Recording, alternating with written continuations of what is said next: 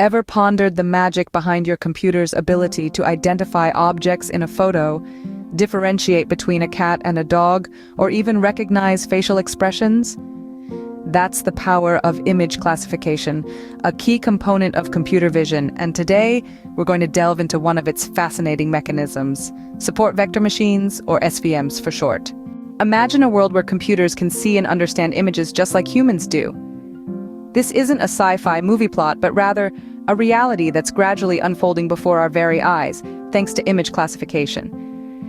At its core, image classification is about teaching computers to categorize images into predefined classes.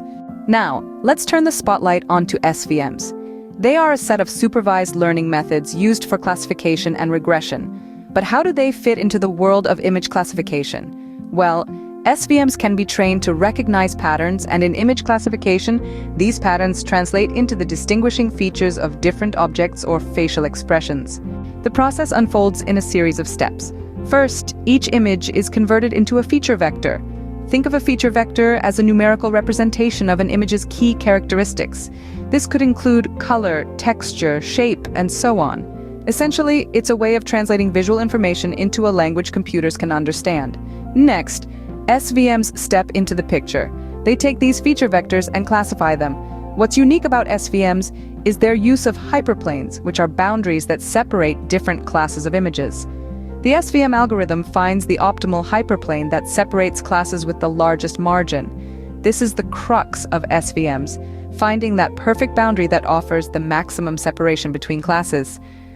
What happens when the data isn't linearly separable? That's where SVMs truly shine.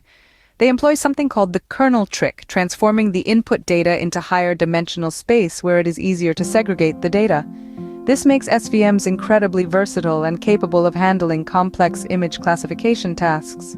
Once the SVM has been trained on a set of images, it's ready for action. Given a new image, the SVM can predict which class it belongs to based on its feature vector. The SVM checks which side of the hyperplane the feature vector falls on and thus classifies the image. To sum it all up, image classification is the process of teaching computers to categorize images, and SVMs are a powerful tool in this endeavor. They take the numerical representation of an image, find the optimal boundary to separate different classes, and are even capable of handling non-linearly separable data. So the next time you marvel at a computer's ability to identify objects in an image, remember the role of SVMs. They're the silent heroes, tirelessly working behind the scenes, making it possible for machines to see and understand the world just a little bit more like we do.